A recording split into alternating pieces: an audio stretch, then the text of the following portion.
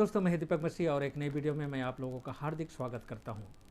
आप लोगों के डिमांड पर ही प्रोफेसी सीरीज मैंने शुरू किया है, जिसमें हम लोग दानियल रेवलेशन के सारे प्रोफेसी पार्ट को डिटेल में स्टडी करने जा रहे हैं।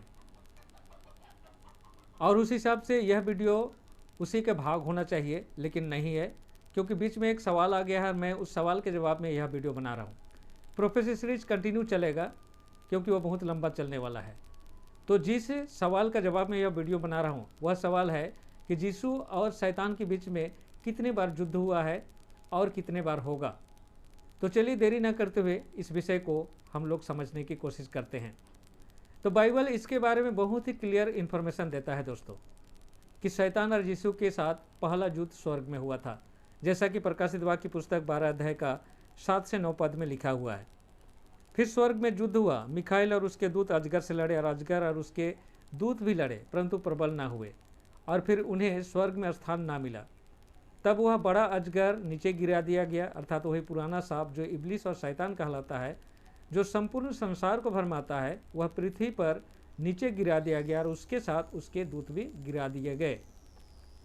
तो स्वर्ग में युद्ध क्यों हुआ? क्योंकि शैतान स्वर्गीय सिंहासन को लेना चाहता था और उसने स्वर्ग में आक्रमण करता है, और उसका सामना करने के लिए मिखाइल अपने दूतों के साथ आता है, और परिणाम स्वर्ग से शैतान को अपने दलों के साथ भागना पड़ता है। तो यहाँ पर मिखाइल और कोई नहीं है दोस्तों, ये यीशु ही है। अब बहुतों का सवाल है कि शैतान ही है सारे समस्या का जड़, उसे वहीं पर ख़त्म कर देने से समस्या मिट जाता। क्यों परमेश्वर इतना लंबा खींच रहा है? क्यों हमें पहले समस्या में डाला फिर हमें बचाने आया? इतना झमेला करने की क्या ज़रूरत थी? तो इसका मेन रीज़न है दोस्तों परमेश्वर का राज्य का कानून। क्योंकि परमेश्वर का राज्य का कानून के अनुसार किसी भी अपराधी को अपना पक्ष रखने का अधिकार दिया गया है।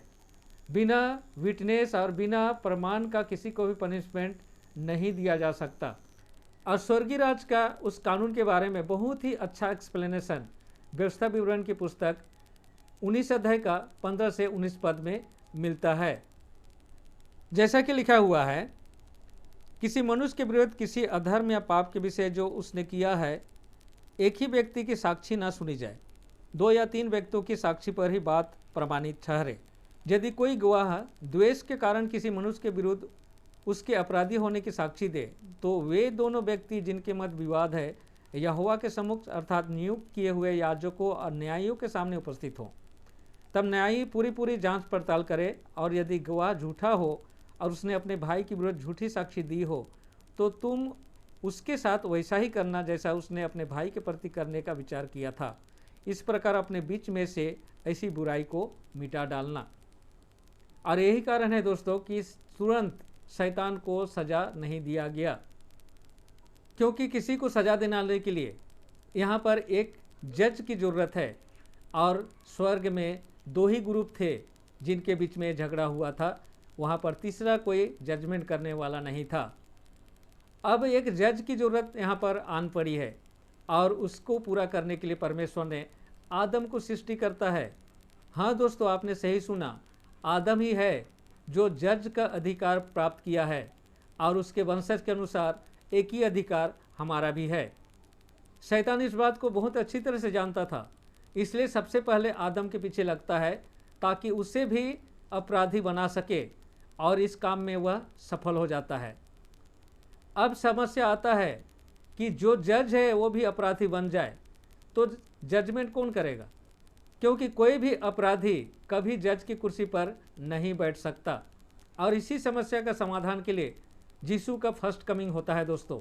यीशु इस पृथ्वी पर मनुष्य के रूप में आता है, और हमारे सारे अभियोग को अपने ऊपर लेकर कलवरी के क्रूस में उस पनिशमेंट को बेयर करता है, ताकि हम ब्लेमलेस हो जाए और उस जज की जो अधिकार है फिर से हमें प्राप्त हो जाए। और जब यीशु क्रूस पर मृत्युवरण करता है तो शैतान पहले तो बहुत खुश होता है, लेकिन 3 दिन के बाद जी उठने के बाद शैतान की सारी खुशी चली जाती है, और वह बहुत गुस्से में आता है, और परमेश्वर के चुने हुओं के पीछे पूरे पागल की तरह पड़ जाता है, जिसके बारे में इतिहास हमें बहुत अच्छी तरह से बताती है। तो यीशु का जो फर्स्ट कमिंग था वह जज के सिंहासन को रिस्टोर करने के लिए था। अब वो काम पूरा हो चुका है। अब यीशु का जो सेकंड कमिंग है वह इसलिए है दोस्तों, ताकि अपराधी को गिरफ्तार किया जाए, उसे जेल भेजा जाए और उस पर केस फाइल करके उसका विचार किया जाए। लेकिन शैतान इतनी आसानी से सरेंडर करने वाला नहीं है, इसलिए वह पूरी तैयारी कर रहा है यीशु का सामना करने के लिए, और पूरी तरह से वो लैस होकर यीशु का सामना करने के लिए तैयार है। और अगर हम देखें तो ये दोनों दल आमने सामने खड़ा दिखाई देता है। चलिए हम लोग इन दोनों दलों को देख लेते हैं। तो पहले यीशु की तैयारी को देखते हैं, जो हमें मिलता है प्रकाशित वाक्य पुस्तक 19 अध्याय में। अगर 11 से 16 पद तक पढ़े तो कुछ इस तरह से लिखा हुआ है। फिर मैंने आकाश को खुला देखा, और देखो एक श्वेत घोड़ा है, उसका सवार विश्वासियों को सत्य कहलाता है, वह धार्मिकता से न्याय युद्ध करता है। उसके नेत्र आग की ज्वाला है, उसके सिर पर बहुत से राजमुकुट हैं, और उसका एक नाम उस पर लिखा हुआ है जिसे उसके अतिरिक्त और कोई नहीं जानता। वह लहू में डुबाया हुआ वस्त्र पहने है, और उसका नाम परमेश्वर का वचन है। स्वर्ग की सेनाएं श्वेत स्वच्छ महीन मलमल पहने श्वेत घोड़ों पर उसके पीछे पीछे चलती है। उसके मुख से एक चोखी तलवार निकलती है कि वह उससे जाति जाति का संहार करे। वह लौह दंड से शासन करेगा, और सर्वशक्तिमान परमेश्वर के भयानक प्रकोप की मदिरा का रसकुंड रौंदेगा। उसके वस्त्र जांघ पर यह नाम लिखा है, राजाओं का राजा और प्रभुओं का प्रभु। तो ये तैयारी यीशु का है अपने सेकेंड कमिंग के लिए। अब शैतान की तैयारी को देख लेते हैं, जो हमें इसी का 19 पद में मिलता है। लिखा है, फिर मैंने पशु और पृथ्वी के राजाओं और उनकी सेनाओं को एकत्रित होते देखा कि उस घोड़े के सवार उसकी सेना से युद्ध करे। तो यीशु के सेकंड कमिंग में बहुत ही घमासान होने वाला है, लेकिन फाइनली हम जानते हैं कि यीशु जीतेगा और शैतान बंदी बनाया जाएगा। और उसके बारे में इन एडवांस यीशु हमें सब कुछ बता दिया है।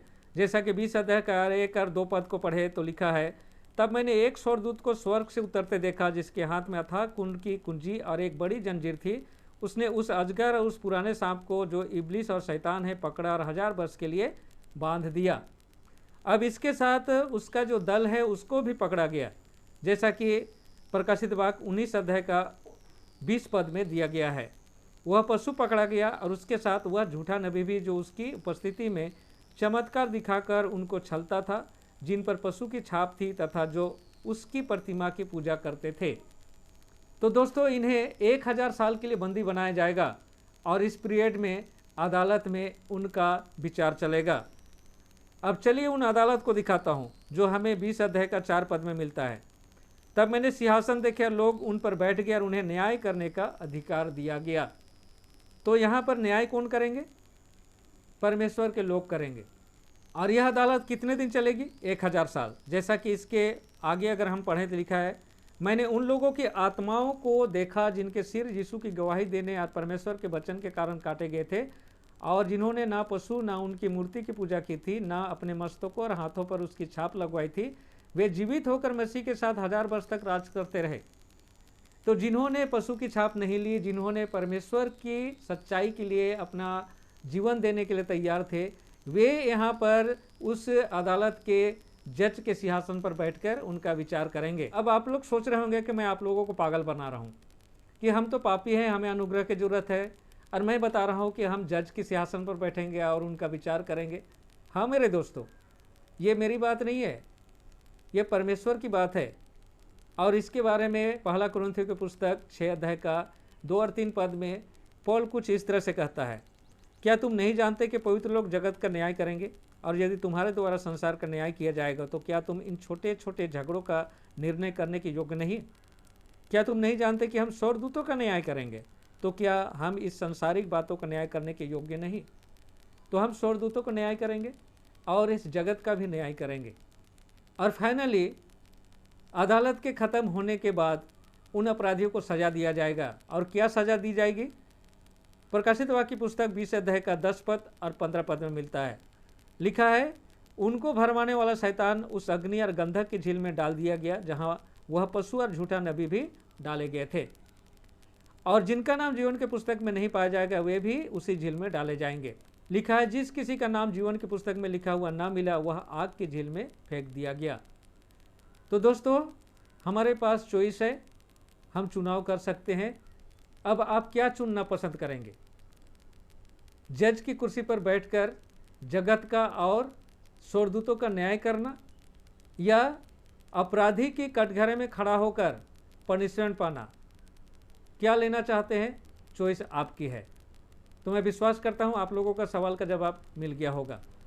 इसी तरह का और भी वीडियो अगर आप लोग देखना चाहते हैं तो मेरे इस चैनल को सब्सक्राइब जरूर करें। तो दोस्तों, प्रोफेसी सीरीज चल रहा है जिसका एक वीडियो ऑलरेडी मेरा यूट्यूब चैनल में लोड है। इसका अगला वीडियो फिर से आने वाला है। अगर आप प्रोफेसी को अच्छी तरह समझना चाहते हैं तो मेरे इस चैनल को सब्सक्राइब करके बेल आइकन को दबाकर ऑल सेलेक्ट जरूर करें। तो मिलता हूँ इसी तरह का और एक वीडियो में। तब तक परमेश्वर के आशीषों का आनंद उठाइए। परमेश्वर आप लोगों के साथ हो। धन्यवाद।